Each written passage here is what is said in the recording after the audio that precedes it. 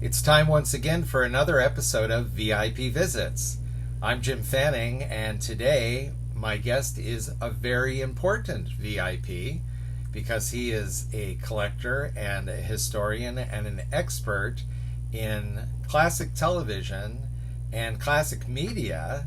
The television is too limiting, but classic media, and knows just about everything. And I'm very happy to welcome him to our show.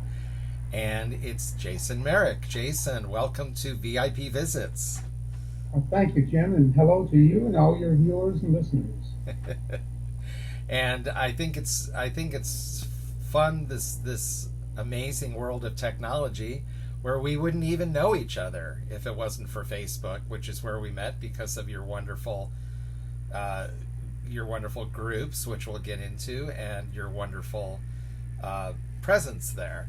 So I'm very happy we know each other and very happy we have the opportunity to talk. And today we're going to talk about one of my favorite subjects and certainly one of yours, Captain Kangaroo. So to start off, I thought I would ask you, for those that don't know, what is the treasure house? What is the captain's place? And what's the difference? Well, the treasure house, as the captain said many times, was a place of wonder, adventure, of learning, of just plain fun. Grandfather Clock woke us. He woke up Grandfather Clock every morning. He brought us into the world of learning about different lands and different cultures. Brought along little toys and animals and games. CBS presents this program in color.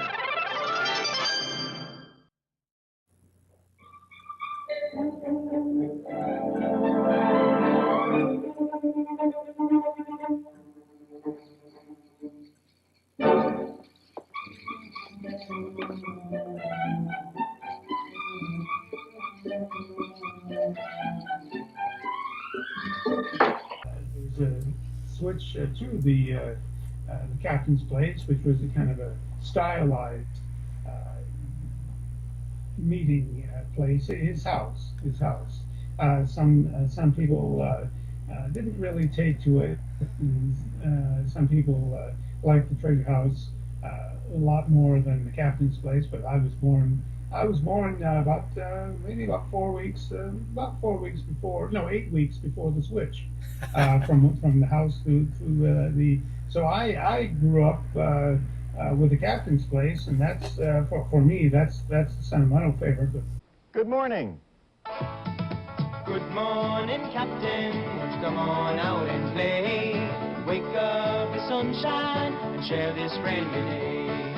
Good morning, Captain. It's a smiling song we sing, 'cause we're happy to see you and the good times that you bring. Everybody sing. Hey, good morning. Hello, how you do? Good morning, Captain. Good morning, Captain. Good morning, Captain. Good morning. Wake up the sunshine. Share this friendly day.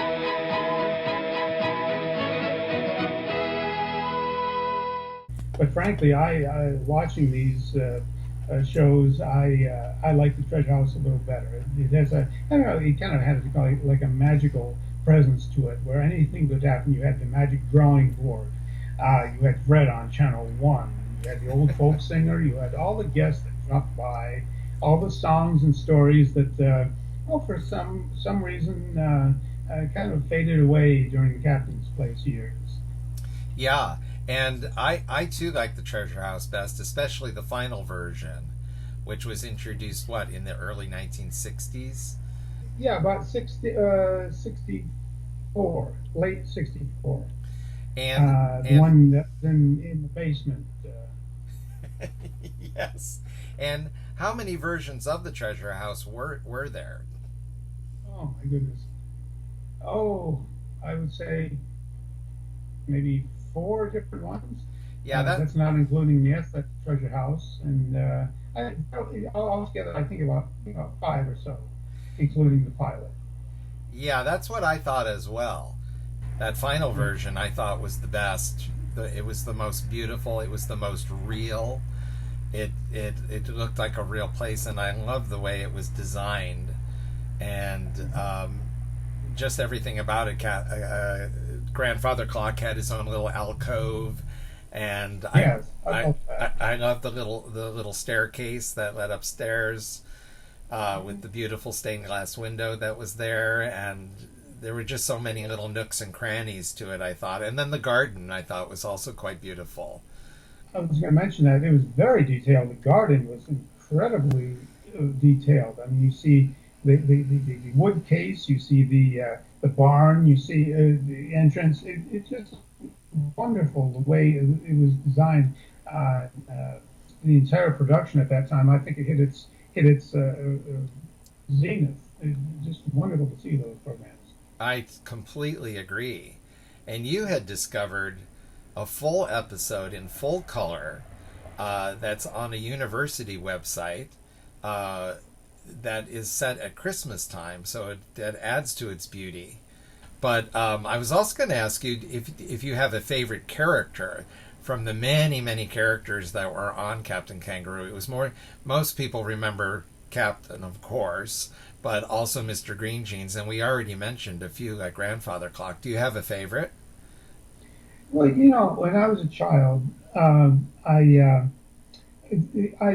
loved all the characters. They were more like characters. They were like family friends. You just wanted them to come and play with you and dig in the toy box and make some sand castles. And but there's so it's difficult to do that. If I had to choose, when I was a child, Bunny Rabbit had these wonderful glasses that he wore.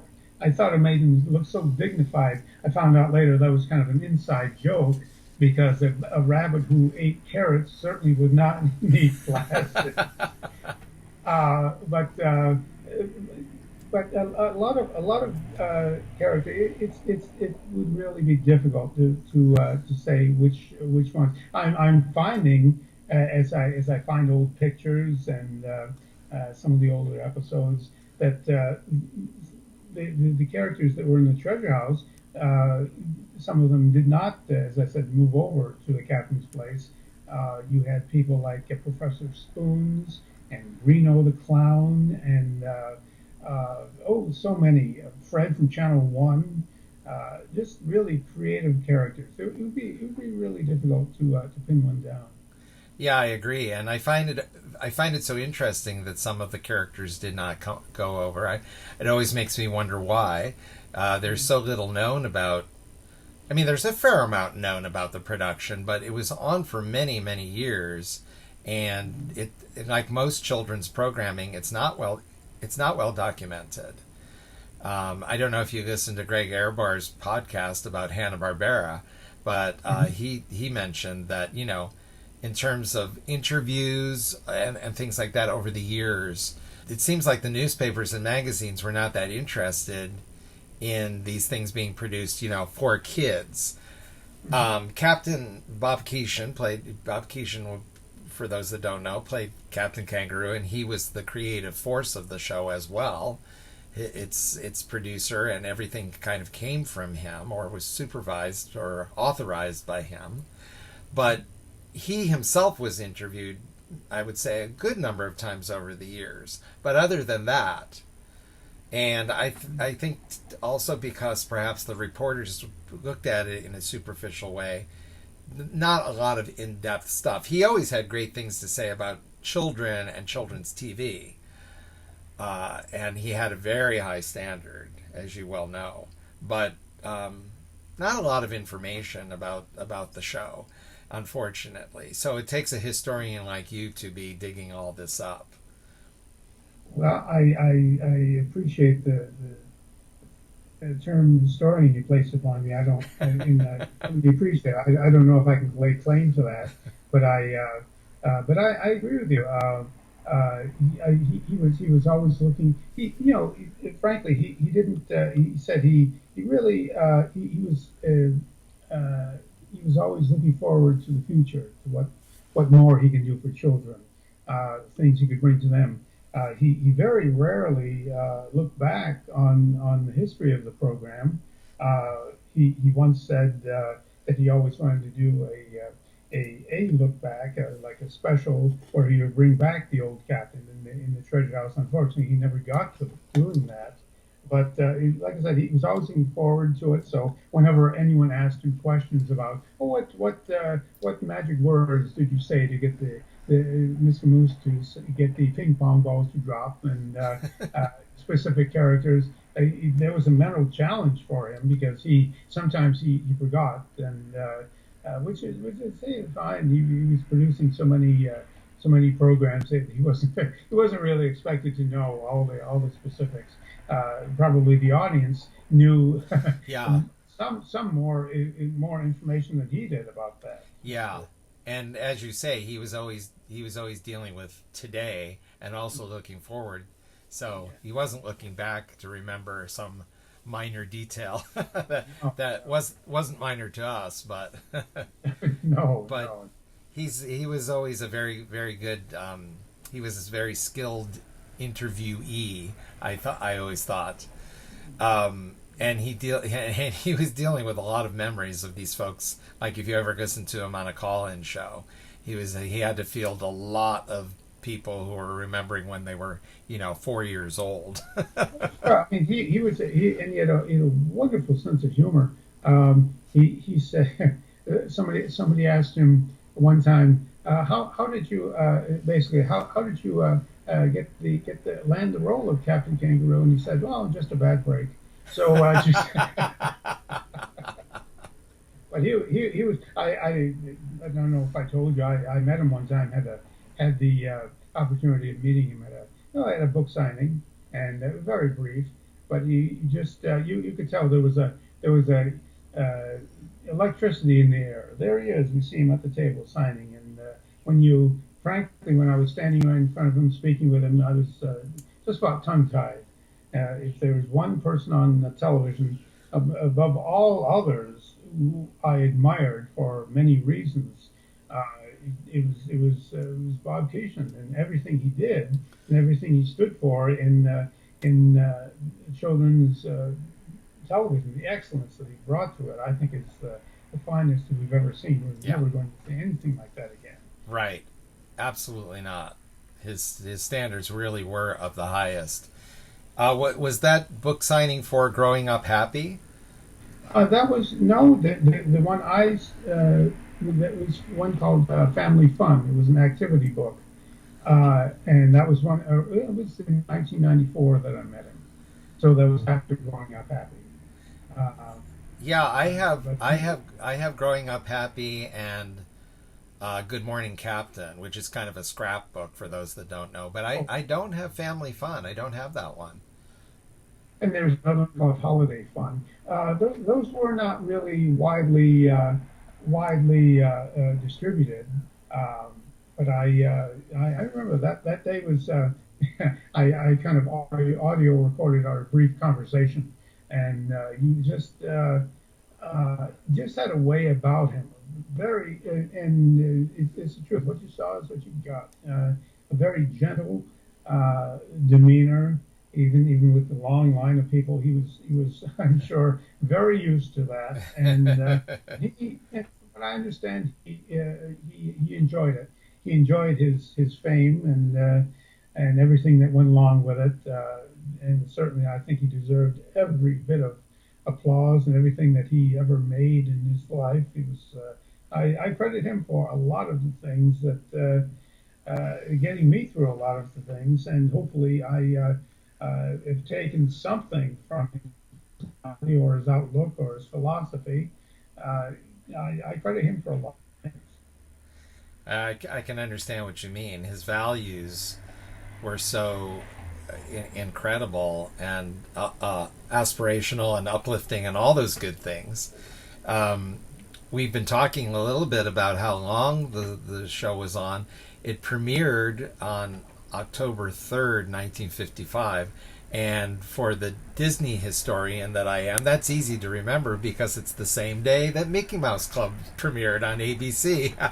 And Which, isn't that incredible? Two of the most beloved figures in the history of entertainment, Bob Keeshan and then Walt Disney's Mickey Mouse Club, on the same day. it's hard to Uh, believe. it is, and they're both uh, remembered and loved and looked back on with such affection. Two creative forces that brought us just, I think, the best children's and family entertainment than we're ever going to have. Yeah, I sure agree. And how long did it run on CBS, Jason? Captain Kangaroo, that is. Well, it was for 30 years, 29 really. It ended during the 29th year, so it never really got to the 30th. And then, of course, on PBS, it went for about 7 years with the same 65 half-hour edited versions of some of the CBS shows from the 70s and some of them from the 80s. And they went for about 7 years on PBS. And it had unfortunately, had quite a checkered history in the last few years on CBS. It had started out as a 5-day-a-week show, and then it was even on Saturdays for a good number of years. So it was actually on for 6 days a week for a good number of years. But CBS had always, they went through a period where they were quite supportive of it, but as time went on, they had competition from the Today Show. They wanted to have that hour for their news programs, so that worsened as it went on. Oh yeah, I've learned that CBS was trying to cancel it as far back as 1958, but that was done away with by the viewers, by the mothers, that said, don't take away our captain. Our children love him. It's a wonderful positive influence on them. So the stations fearing the affiliates for their licenses to be revoked because they wouldn't have any positive children's programming, kept them on year after year. I tread carefully on what I'm about to say. The early 80s brought about deregulation. Yes. And it took a couple of years for that to set in with the captain. And when it did, he was not exactly happy about that. That was, he loved to do it. It was his greatest legacy, I believe. Very well put and very true. And he saw of course, the benefit of it for young people, as he always said. He always said young people or boys and girls. Yes. He never used the term kids. I do not like that term myself. Call me a fuddy or old-fashioned. Young people and children. He did not let his crew, his cast members, say that. He respected the potential good taste of children and would never use such I believe, a belittling term. And that's also one of the reasons why I like the visits, as I call them, so much. There was never any put downs, never any things said that would be detractive of what they were trying to do. So it's all around, it was a wonderful production. He didn't dumb things down either. He used his vocabulary is really quite advanced for considering this is for preschool children. But it's that great respect that he had for the audience that's where it comes through. And another character I wanted to ask you about, and is the little mouse who lived in the who lived in the treasure house in the little mouse hole. Can you tell us about her and something about her friend who was her, I guess you would say, housemate? Oh yeah, well, occasionally the captain would wander over to the mouse hole, and he would speak with Mrs. Mouse, and she would reply with this gibberish, this high, sped up language of hers, very squeaky, and he would have this conversation with them, and maybe he was looking for something that was missing, and it rolled into the mouse hole or something. He would say, but also the the mice had a very special visitor, um, and it was Mr. Lion. Now the storyline went that Mr. Lion, as a little baby, crawled into the mouse hole and visited with the mice, and he liked it so much there that he stayed for such a long time that he couldn't get back out.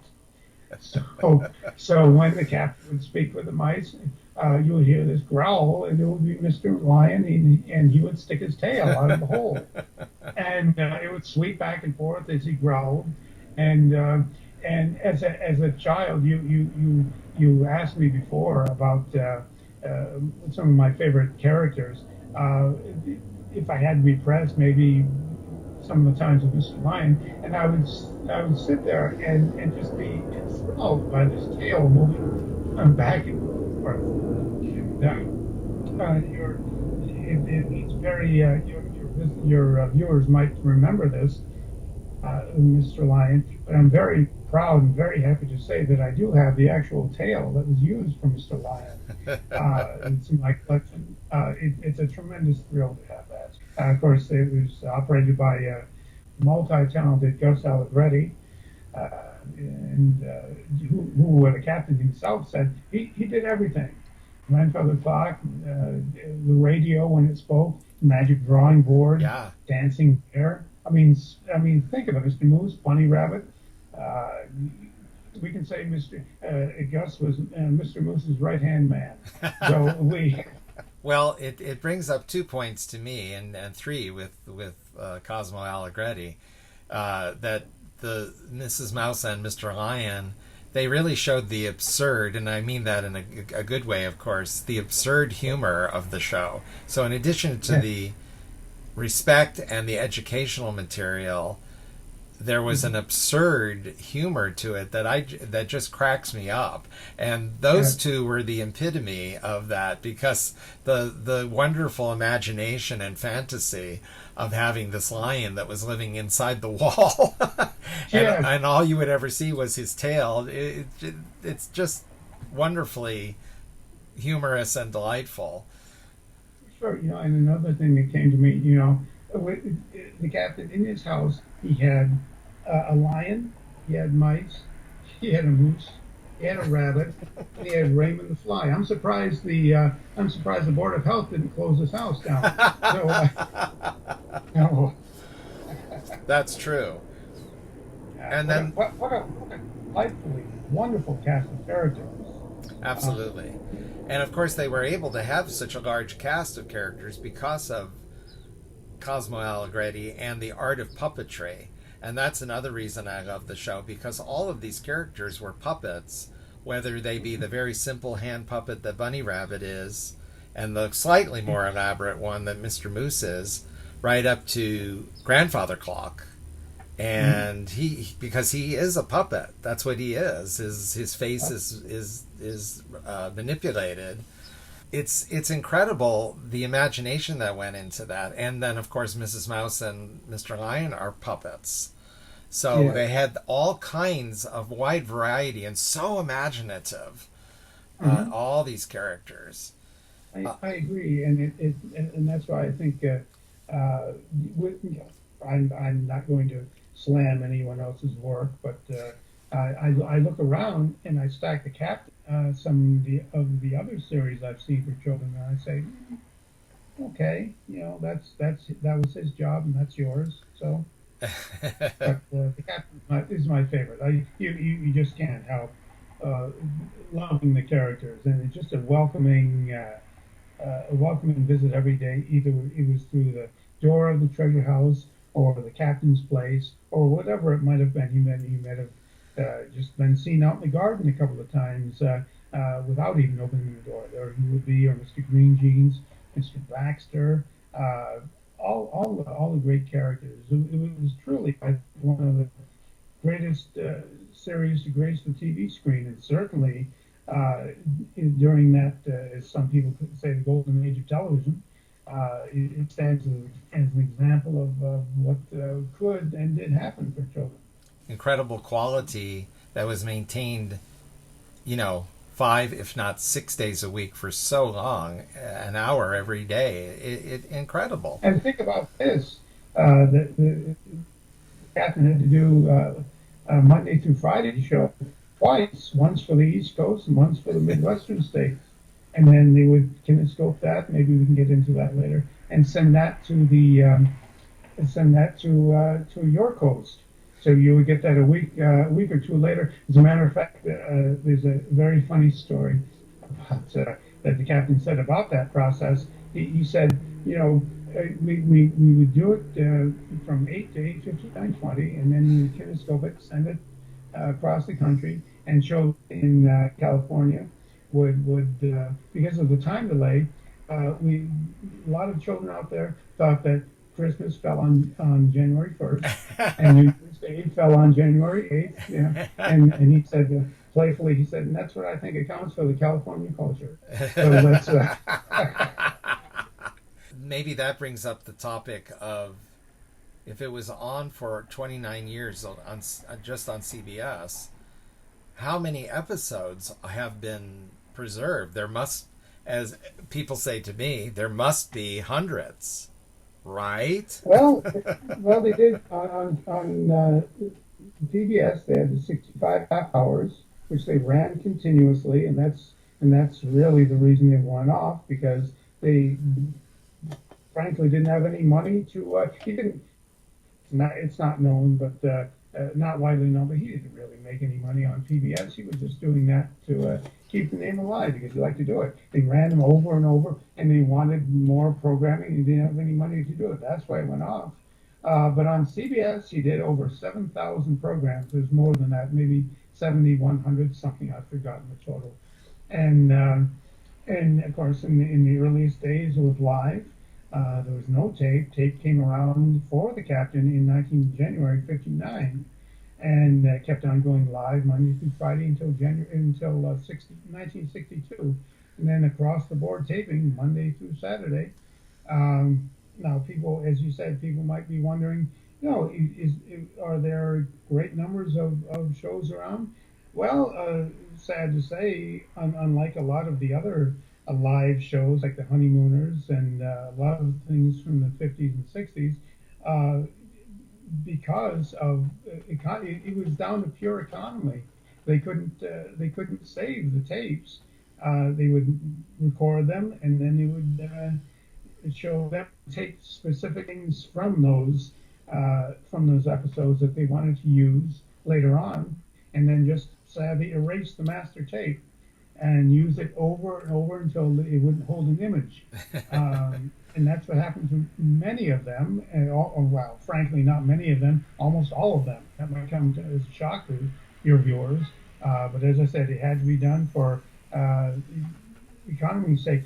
Bob Keeshan himself said, we didn't save all of them. We couldn't. We were, at the time he was saying this, he said, they were up to episode 9 or 10,000 during the PBS years.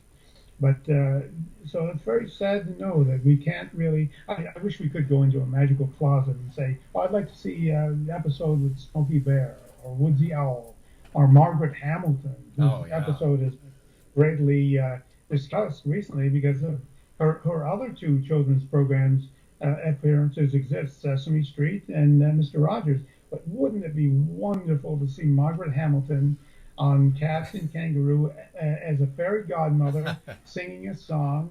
And she was Debbie's fairy godmother in I think about 75. Wouldn't that be wonderful to see? Absolutely. And of course, I can't say that the episodes really don't, but I'm just saying, just I don't like to generalize, but I think it's safe to say, unless they exist in the estates of celebrities, which may not really be, then I think a lot of them are just gone forever. I mean, the ones that do exist, frankly, maybe about 30, 35, something like that, are known to be around. I've done some good research on that. I have some of them, but even in those 30 or 35, not many of those are complete. You'll have a half hour here, you'll have a 15-minute segment here, you'll have a commercial somebody cut out here. an opening, a closing. So it's Yes, and wouldn't it be wonderful, Jason, to see the Thanksgiving episodes that were done over the years? They were always very special, and in fact, that's why we thought we would do this video at this time to help us celebrate Thanksgiving. And of course, we're very thankful for Captain Kangaroo.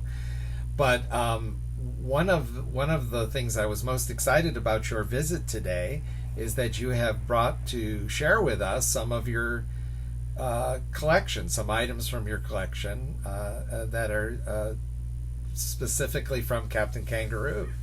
sure, absolutely, and something else I might show you later. But we just spoke about existing episodes. Just to tie in with it, just to explain it a little better. Here's a half-hour reel of how they would process the Captain. They would put it on a big 16 millimeter film reel and distribute it to stations across the country. And also, something I might point out, you mentioned surviving thing. I just received, and I believe you have seen these. I've just received a videotape of some segments from the, and these are heavy, of the show from the 70s, some musical segments. We didn't know those were around, so we just have to keep our, as we say, keep our ears open, and if we can find any, just let us know. And but they are out there. Most of the surviving episodes that I know, they come from the armed forces. They were made for children to watch of the armed forces through the armed forces radio and television service. So it's kind of a sad story in terms of survival, but at least we have a few. Yes, and occasionally something does pop up. So I'm fairly convinced that there are more out there that we just don't know about. How many more? Who knows? But I would say there's definitely still something to be discovered. You just discovered those clips you were talking about. Yeah. And for anybody listening and watching us that is on Facebook, I would encourage you to join the Facebook group that Jason runs, because for one thing, you just put those clips up on your Facebook, on the group's Facebook page. What's the name of the group so people can find it? Captain Kangaroo's Treasure House Memories. Perfect title. Yes, thank you. We've had and we have about 3,000 members. I'm very honored and proud to say 3,000 members who daily visit there for occasional posts. Sometimes I will. Sometimes our members are very kind in sharing their memories, which I enjoy the most, because I love to hear the memories of the things I haven't seen, and maybe sometimes they'll put some music or some memories or some pictures of the Captain on there. It's a two-way street. I contribute and they contribute, and it's an all-around great connection. And it's a wonderful time to keep the show alive. What else do you have to show us? I can't wait to see. We have one more show and tell. Okay. This is something that has. I think I might have shown it before, but I think it's a kind of a very neat and very treasured item that there are a lot of commercially available products, and I mean literally hundreds. Comic books, coloring books, records, anything, stuffed dolls. As a matter of fact, here's one here. Now here is the Captain himself. Here is a doll of him. This is not the original outfit, but I had it commissioned in the style of his blue jacket, and I think he looks pretty nice. This was the doll itself was manufactured by Baby Berry Toys in 1956, and you can see I put his badge on there, and he even has the CBS facsimiles of the CBS cufflink on his shirt. So I think he looks grand as he is, and so he's in a way the captain is with us today, and there he is. Now, that's an amazing likeness of him. It's quite incredible. I mean, the work on that face is just incredible. You couldn't get any closer. I mean, that's him. Right. So right. And you don't see many dolls that are such a good likeness of a real person. You often see dolls that of a character, like an animated character or somebody like Howdy Doody, who's a puppet. And you see some very well designed toys of representing those characters. Mm-hmm. But to see something like this of a real human it's incredible. and the overall merchandise, you could literally spend a lifetime collecting, and I have a number of them. I'm continually and everything has its own level of creativity. Mm-hmm. By the way, I should have mentioned it before, but there is you most likely know, but among the many products that the captain endorsed, there was something in the mid-50s that the captain first promoted. It was first shown on his program. It started off that is now a household name. It started off as a cleaning product that would help mothers clean. I think you know what it is. I do. That helped mothers clean maybe crayon marks off the walls or wallpaper, and so the creator of this product was trying to find a way to promote this. So it was shopped around, and Bob Keeshan heard about it and was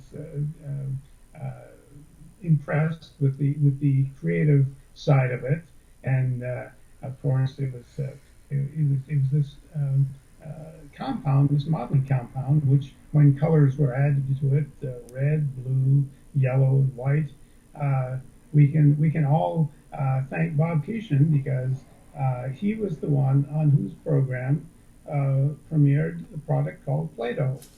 And I found out that information, and I said, the foresight of this man, I mean, to have this product on his program, which is so creative. Yes.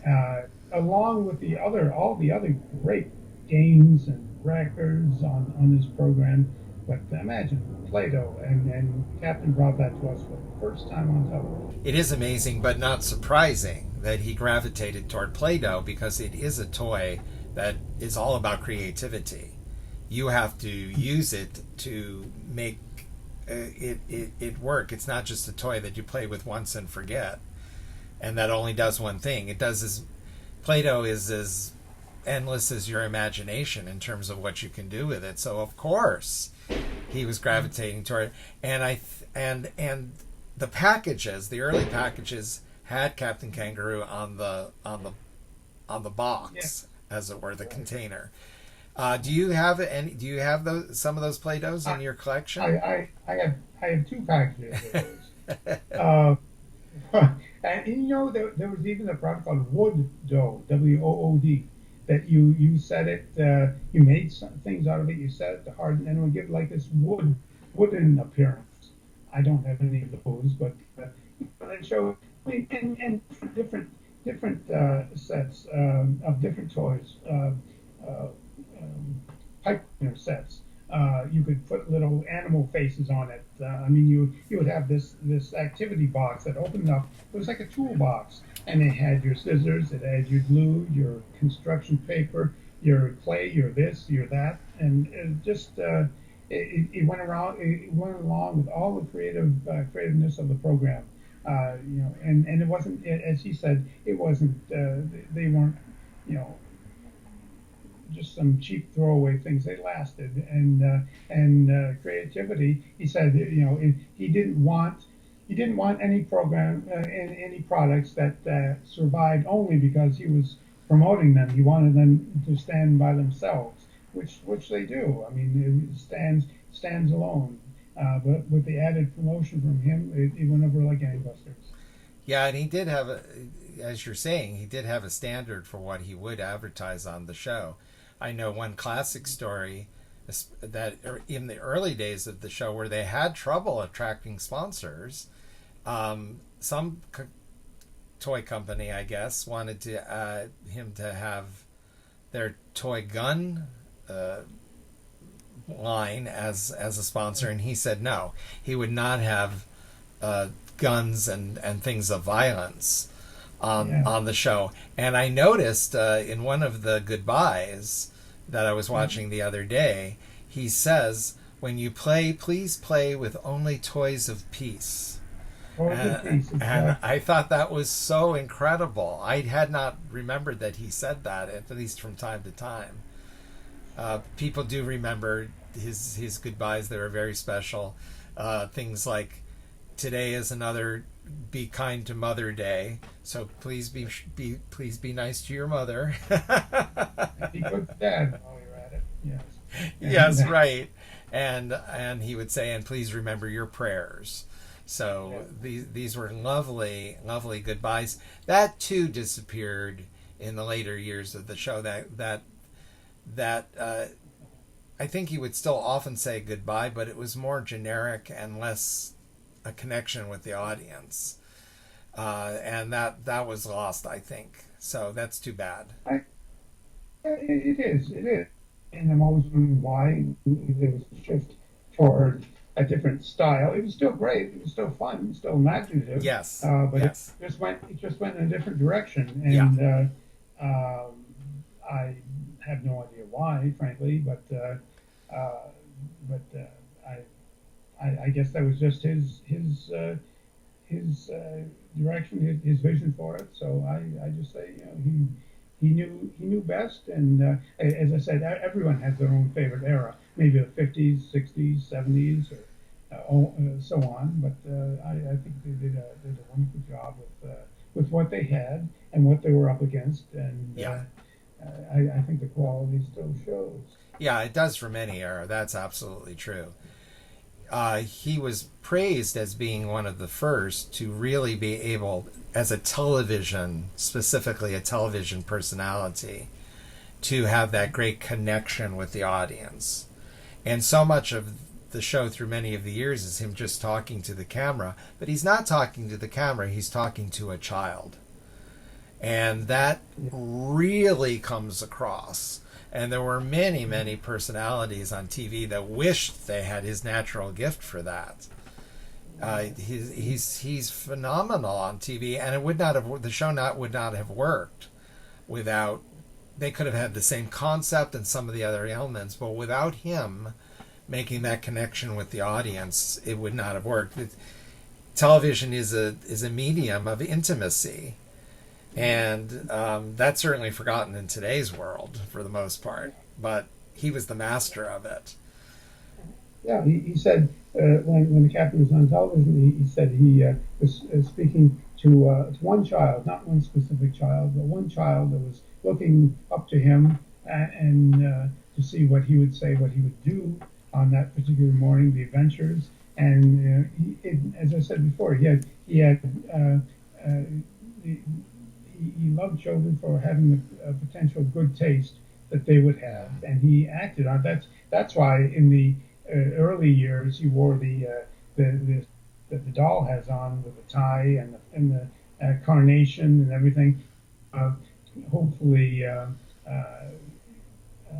attract good manners, good respect for yourself, the way you dressed, the way you treated others, and it was a total package of gentleness, kindness, good humor, and good manners, and I think that's and just general fun. That's why I think a lot of people remember it. It was a good time. Well, in my previous Thanksgiving videos about Captain Kangaroo, I shared some of the details, some of the things that he would do. But I think the big thing that people do remember is he would do a preview for a good many years of the CBS coverage of the Thanksgiving parades, not just the Macy's parade, but other parades as well. And even if he was not involved in the show itself, in the parade coverage himself, which some years he was, he would do a preview and would often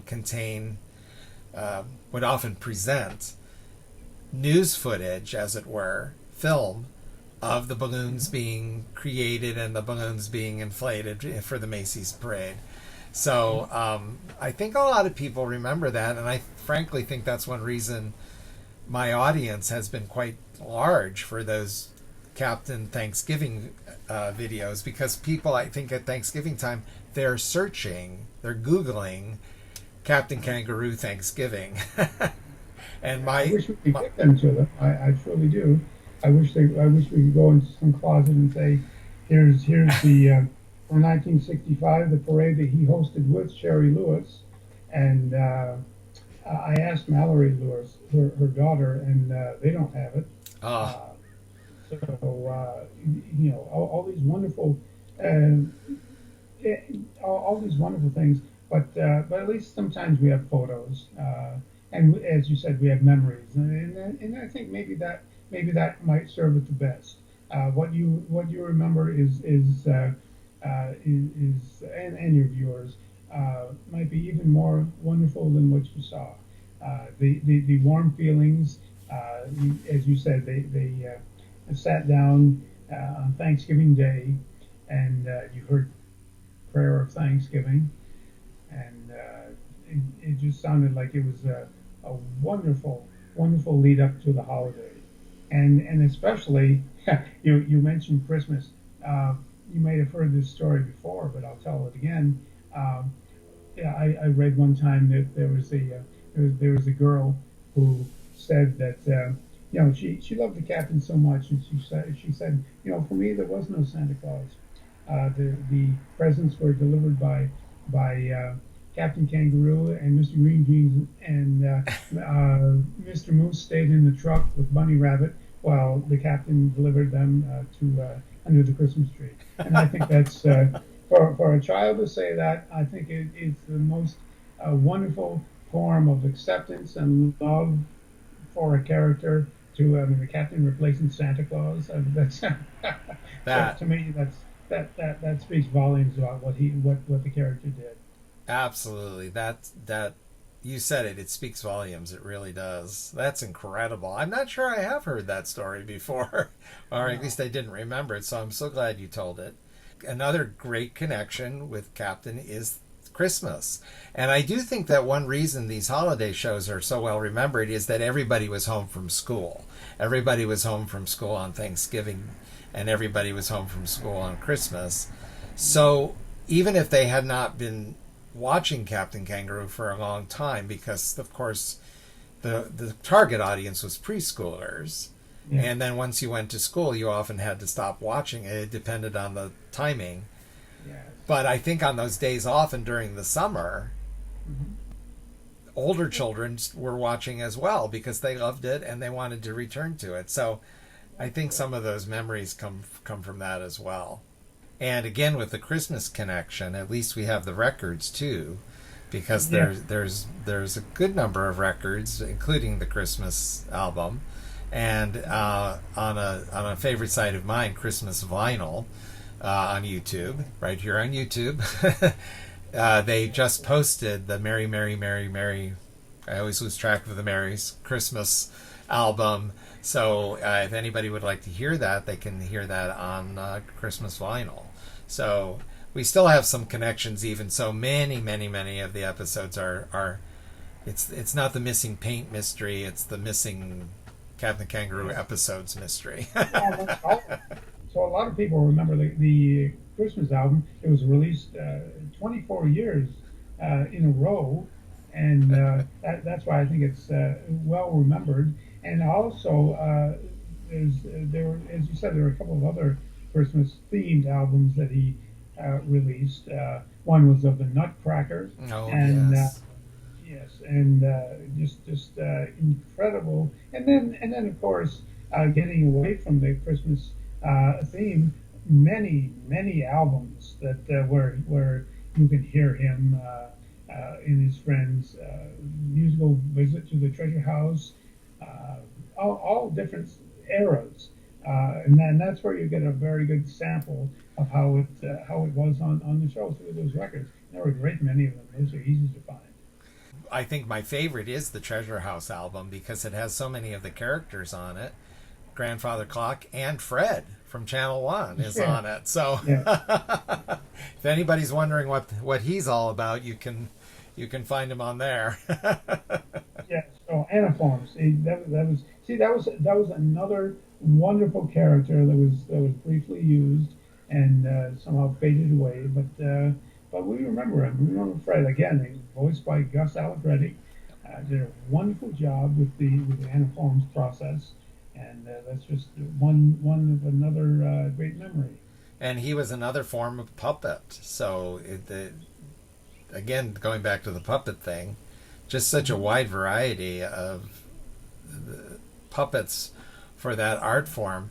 I never heard Jim Henson talk about Captain Kangaroo, but I wonder if he certainly was aware of it, no doubt, because they were doing on Captain Kangaroo, they were doing some of the same things the Muppets did in terms of having, from the simplest type puppet, as I said, to even full figure puppets, which were a costume with somebody inside. I mean, Sweetums on the Muppet Show is the same thing.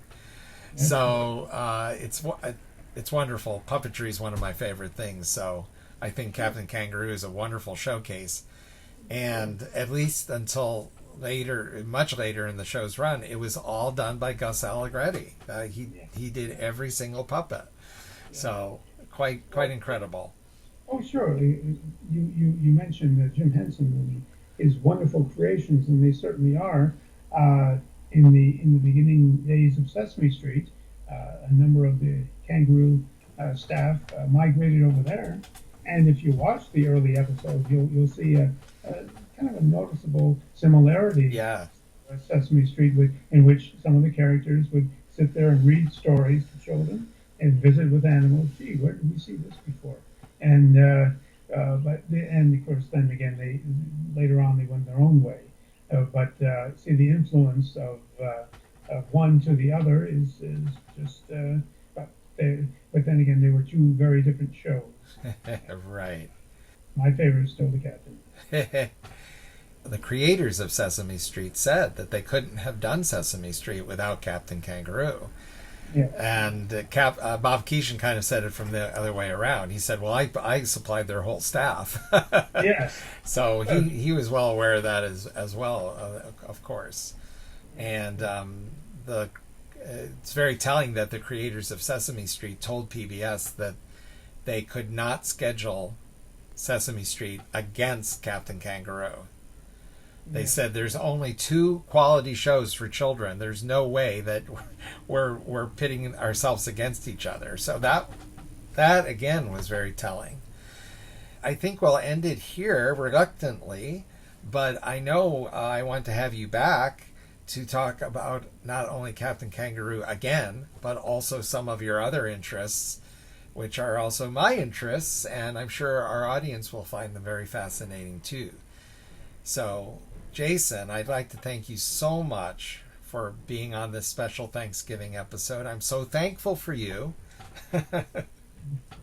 Wow. Well, and I'm very thankful for not only you and your viewers and listeners, but also for your friendship, Jim. You're a very, very nice fellow.